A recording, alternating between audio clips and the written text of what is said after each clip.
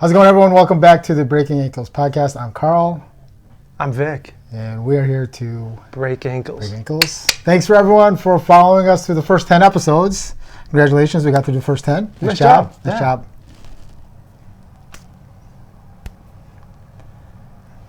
Whatever. All right, so everyone, thanks for following us through the first 10 episodes. If you haven't done so yet, hit that subscribe button down below and then hit the bell so you get notified on future episodes. My students have a better handshake than that. Yeah, please make sure you're making comments. Also following us on Instagram and Twitter also.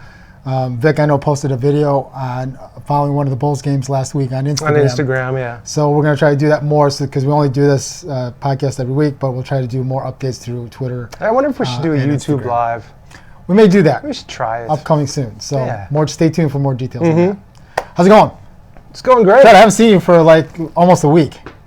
So this is good. So this is literally like we didn't do like a whole lot of we have pregame like a meeting or discussion. We haven't been doing that. No, we just come with our own ideas. Right. All right. So we're like 3 weeks into the season, about 8-10 games into the season. A little longer so far. Bulls are 4-7. Correct. Yeah. So All right. So let's talk about the Bulls to start with. All right. So I know you posted something on Instagram after the one loss, right?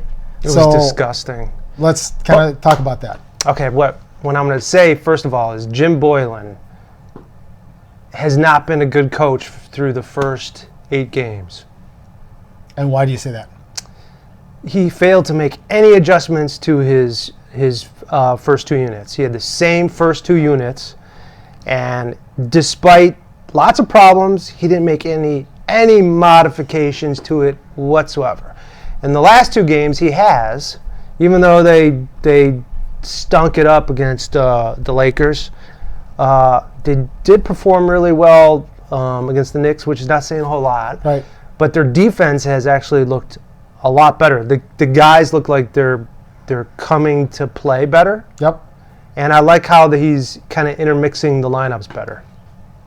Looks good. They just can't hit shots. Well, he's keeping Levine on with the second unit sometimes. Okay. And he's putting Thaddeus Young in with the first unit at times. He's getting Laurie out when he's not hot. He's recently started to make those adjustments? Yes. Okay. Yeah. It took him a long time, though. I mean, that was the criticism. He was against the Lakers. He let the second unit just die. Yeah, and without doing anything. They had a pretty good lead. Not a timeout, nothing. Not an insertion of anybody else. Yeah, it was a joke. Kobe White, though, was awesome yesterday. He had 27 points in 27 minutes.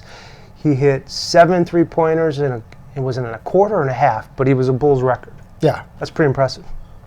So there's some potential there with the team. Yeah, if they can have some consistency. I said, do you think that not that I'm advocating for this or anything, right? But if you thought there was a coaching change, like, do you think that would make an impact? They should have never hired Jim Boylen, as far as I was concerned. The Bulls take too many chances with coaches. You and I both would have preferred Mark Jackson. Correct. I would have preferred someone with some kind of experience on the Bulls. Fred Hoiberg. I mean, you go back, Tim Floyd, Fred Hoiberg. What is with these, like, not third-rate coaches, but coaches that don't have a whole lot of head coaching experience in the NBA, specifically in the NBA. Yeah. Yeah.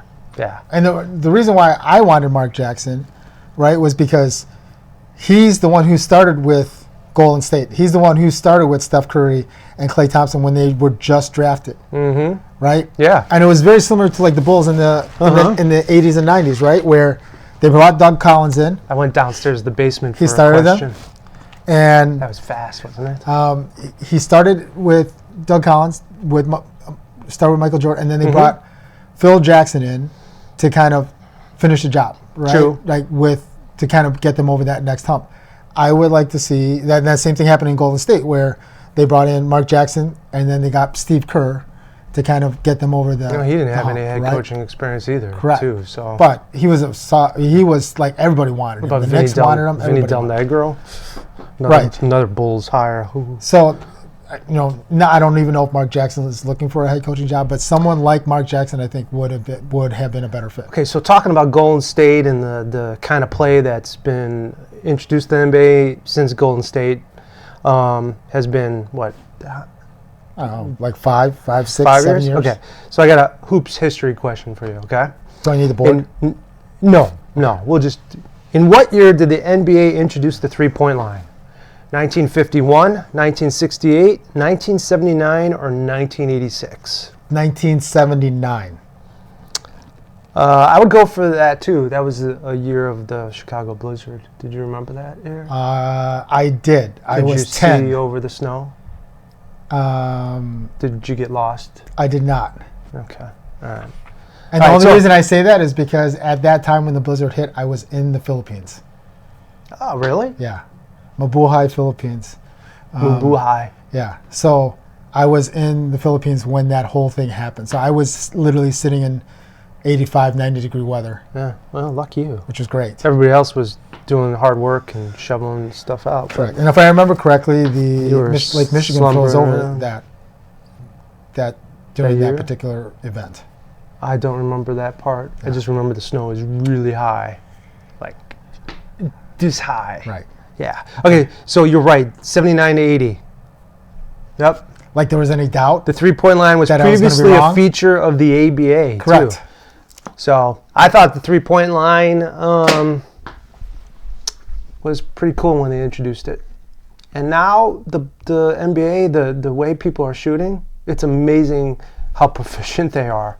I mean, they've been talking about moving the line back. Yeah, I mean, look, when you got guys 7-something feet like Anthony Davis shooting threes. Trey Young, even Trey Young, the distance behind the line Yeah. that these guys are shooting. Yeah, because that's what they practice. Damian Lillard. Yeah, Holy moly! that's what they practice. He scored what, 60? I think the other day, or was that? He might That have done was, 50. That might have been Russell. D'Angelo Russell. So I got That was an overtime game. So I got a question for you. So recently there's been a couple of injuries in the NBA, and I'm gonna list some of them too. Hayward for the Boston. That's a huge one. Okay, Middleton for the Bucks, and Fox for the Kings. Okay. All right, and then you got PG coming back. Not that matters, but out of those three injuries, which one of those injuries between Hayward, Middleton, and Fox kind of are going to be problematic for their team? I think Is it all of Boston. them? I think Boston and Milwaukee have enough talent to overcome those injuries, at least sustain, and they both play in the East. So I think Boston's like 8-1 right now. So they even won without Hayward last night. So I think those two teams are still going to be okay. Fox for the Kings, that's a huge loss because he was playing pretty well. He's one of their top players. He's their point guard. He's the one that makes everything go. Yeah. So he had an awesome dunk the other day. That's a little bit harder to replace. Now, I agree. I think Middleton might be kind of problematic for a couple weeks. Well, so I haven't seen exactly how long. I know Hayward's out like 6 weeks. That's the only one I know for He sure. might be out longer. Middleton 3 to 4 weeks. Okay. Milwaukee will be able to sustain. They won't have a problem. They'll be okay. You know who was a great signing? You know why? Coming Because from they Milwaukee have to Indiana. Kyle Brogdon. Korver to step into his shoes. Yeah, true, I guess. Yeah, Middleton's a better defender. than Absolutely, Kyle but Korver, from a though. scoring standpoint, Oh, we'll find out. The Bulls step in. play them tomorrow night. okay. We'll see if they can compete. All right, my next question for you is, okay, so I don't know if you saw this, but New York's lost terribly. God, who was it to? That was Cleveland. Cleveland. Yep. Yeah. And right after the Cleveland game, New York's management Apologized. did a press. No, they did A presser. Yeah, they did a presser. Yeah. What did you think of that? I think it was. That presser should have been held the first day of free agency when they signed 4 power forwards to their roster. Yeah. Yeah. That's when that presser should have been held. They've got to be one of the worst organizations out there right now. You know what it is they go, and the Bulls are somewhat the same way, right? We went through this with the Bulls. That year they couldn't sign LeBron, they couldn't sign Wade, they couldn't sign Bosh.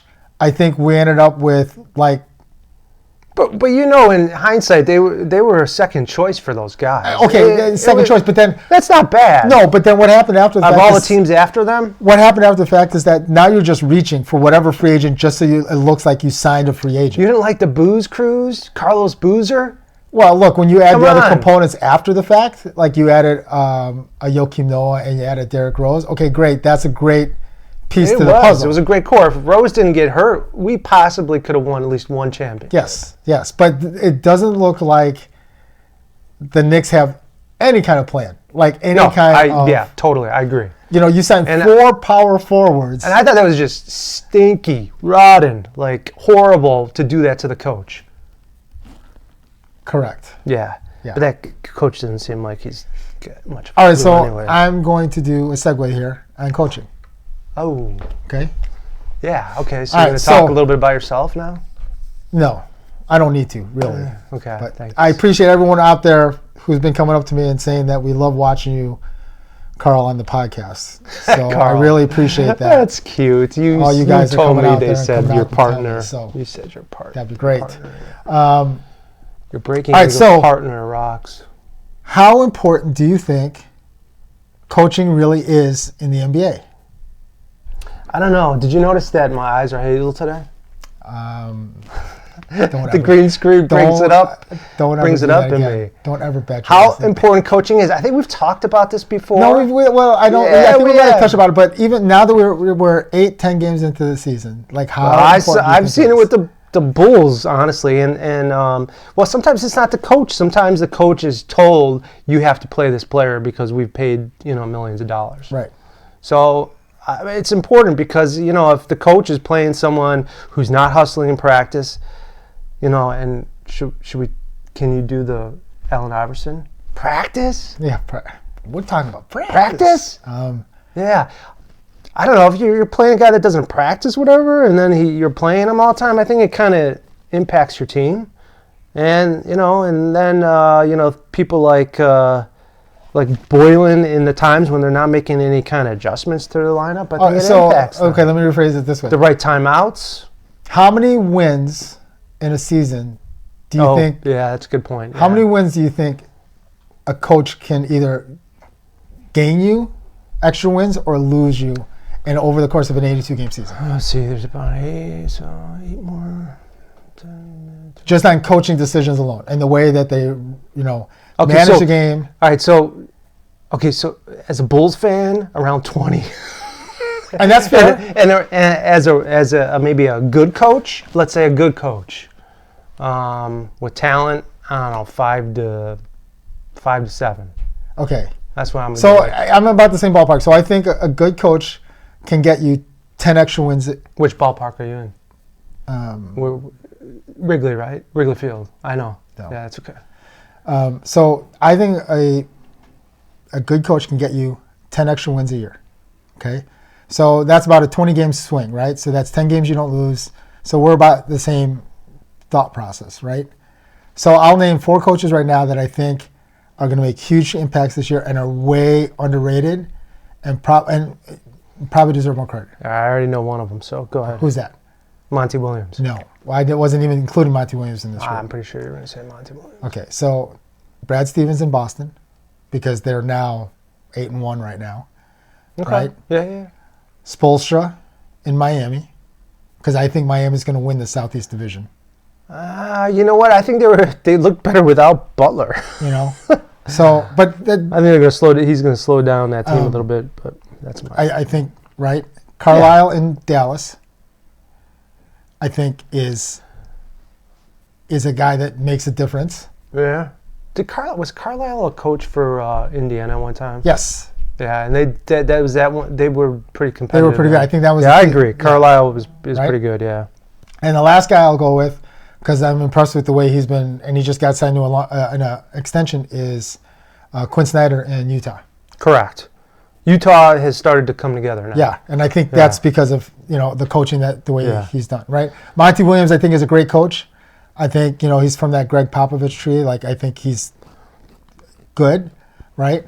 But I think those 4 coaches are probably going to get their teams like 10 extra wins this year. I think the Heat are going to end up winning their division, the Southeast Division. The Mavericks, Boston I think is probably going to win their division, right? The Mavericks and Utah are going to be in it the whole way, and Well, they'll the compete. Heat easily will win their division. Yeah.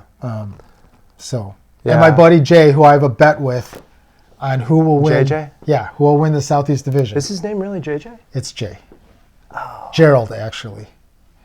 So JJ. that's my boy, my guy right there. So That's your guy. right, I got a guy. So I got a guy. yeah. All right. Anything else you want to bring up this week? No, champ? I think we're pretty good. Yeah, let's say, I think there's still some surprises out there, and like a team like the Trailblazers who are way underperforming. Yep. But I think time will tell. So Okay, so we're gonna start posting more frequently on Instagram. So feel free we to keep on comment there. saying that. We're We'll going see. to. We'll see. We're going to, right? Now that the season started, there's a lot of topics that we could go over every week, but we just kind of pick whatever we kind of comes to our mind right now. But if you guys have anything you want to hear us talk about on the podcast, leave some comments down below, either here, Instagram, or Twitter, wherever you want. Okay.